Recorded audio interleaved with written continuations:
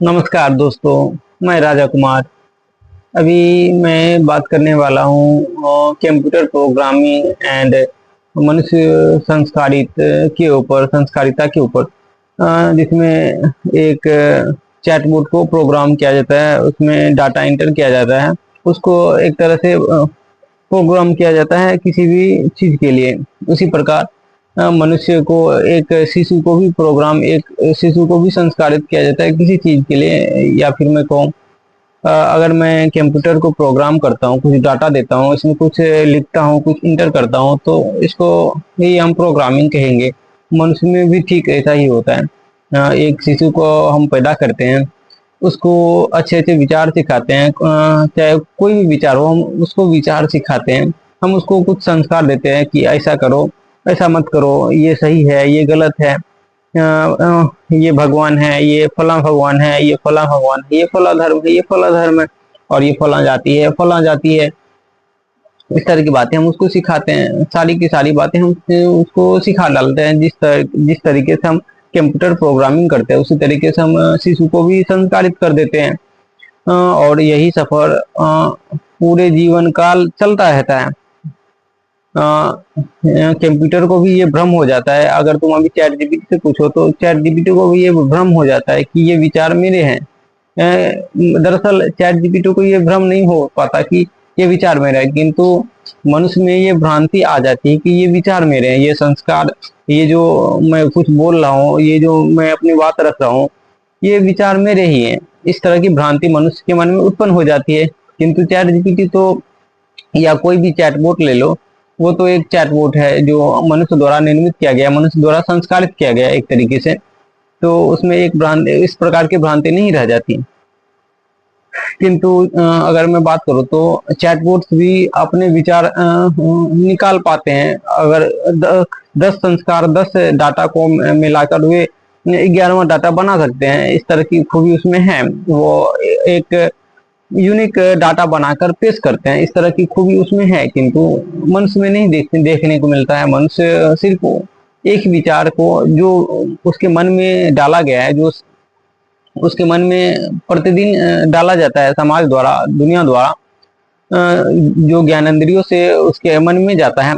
मैं बात करूँ तो उसके मन में मनोवैज्ञानिक के अनुसार लाखों संस्कार प्रतिदिन उसके मन में जाते रहते हैं, उसके मन में जमा होते रहते हैं। जिस तरीके से कंप्यूटर के स्टोरेज में डाटा जमा होते रहते हैं, उसी प्रकार मनुष्य के मन में भी, मनुष्य का मन काफी बड़ा, और मेरा अर्थ है मनुष्य का मन काफी छोटा है, किंतु उसमें करोड़ों अरबों संस्कार इकट्ठे हो सकते हैं। उसमें उतनी क्षमता है।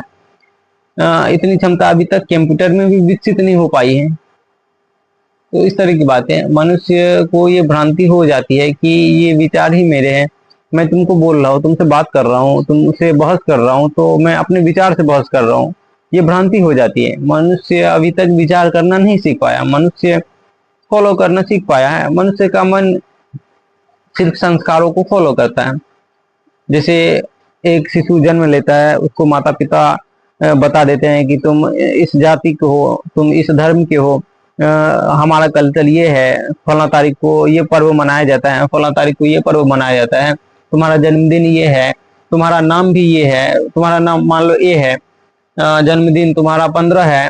इस तरह की बातें कुछ भी मान लो, ये सारी बातें तुम जो अभी जो भी बोल रहे हो, जो भी कर रहे हो, तुम पढ़ते भी हो, तो ये भी एक संस्कारित करना ही है। तुमको जो पढ़ाया जाता है तुम उसको पढ़ लेते हो, उसको रट लेते हो, और फिर वही बोलते हो, वही करते हो। तुम अपना विचार जन्म नहीं कर पाते, तुम अपने विचार का विकास नहीं कर पाते, तुम में विचार उठते ही नहीं है। तुम्हारी शिक्षा व्यवस्था ही ऐसी है कि तुम में विचार उठने की जो संभावना होती है, उसको भी वो दबा देती है। उसको वे सराहना नहीं करते हैं, उसको वो सहलाते नहीं है, उसको वो प्रेम नहीं करते हैं कि तुम्हारे अंदर विचार उठे। तुमको, तुम्हारे अंदर के विचार को तो ये शिक्षा व्यवस्था, ये सामाजिक व्यवस्था मार देती है। तो तुम लोग भी सोचते होगे कि मैं सिर्फ सामाजिक व्यवस्था पे ही क्यों बोलता हूँ। मेरा मानना है, जब तक सामाजिक व्यवस्था, जब तक तुम में विचार करने की क्षमता नहीं आ जाएगी, तुम खुद का विचार जन्म नहीं कर पाओगे। तुम खुद के विचारों से जीवन नहीं जी पाओगे, तब तक पॉलिटिकल क्रांति भी नहीं हो पाएगी। क्योंकि अभी राजनीतिक व्यवस्था में इतनी असमानता है, इतनी आर्थिक असमानता, इन तमाम तरह की असमानता है और भ्रष्टाचार है, ये सारी की सारी बातें तुमसे ही ठीक हो पाएगी, तुम्हारे विचार से ही ठीक हो पाएगी। जब तक एक एक मनुष्य, एक एक भारतीय विचार करना न सीख पाए, तब तक पॉलिटिकल सिस्टम ठीक नहीं हो सकता। पॉलिटिकल सिस्टम इसलिए खराब है, इसलिए अस्त व्यस्त है, क्योंकि सामाजिक व्यवस्था अस्त व्यस्त है। सामाजिक व्यवस्था में सुधार होने की जरूरत है। तो मैं यही करने की सोच रहा हूँ और यही करने की कोशिश कर रहा हूँ। तो मैं इसलिए समाज के ऊपर, भारत के ऊपर कुछ बोलता हूँ, कुछ टिप्पणी करता हूँ। मैं किसी भी से भी, मैं अगर मैं बात करूँ, मैं अपने माता पिता से ही बात करता हूँ, तो माता पिता पीछे का उदाहरण देते हैं कि मेरे पूर्वज ये थे, मेरे पूर्वज ये थे, और मेरे पूर्वज से ये विचार आए, ये संस्कार आए, और मेरे पूर्वज ने मुझे ये सिखाया, मेरे माता पिता ने मुझे ये सिखाया, कैसे रहना है, कैसे खाना बनाना है, कैसे खाना खाना है, इस तरह की बातें मेरे पूर्वज ने मुझे सिखाया।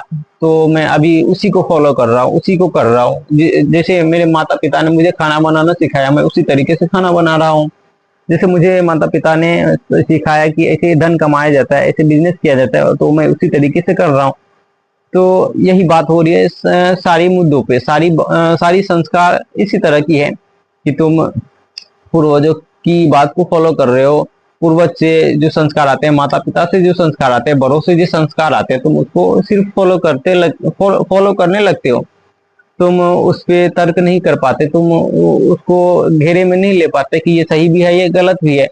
तुम केवल उसको फॉलो कर पाते हो। क्योंकि तुम्हारे मन में ये शक ही नहीं उत्पन्न होता कि ये सही भी है या ये गलत भी है। क्योंकि तुम्हारे अपने कहे गए, तुम्हारे बड़े कहे गए, तुम्हारे पूर्वज कहे गए, तो ये सही ही होगा।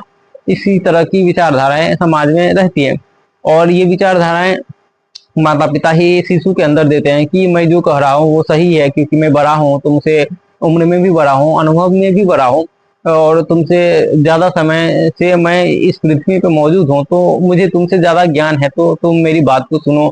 मैं तुम्हारा प्रियजन हूँ, मैं तुम्हारा माता पिता हूँ, या फिर मैं तुम्हारा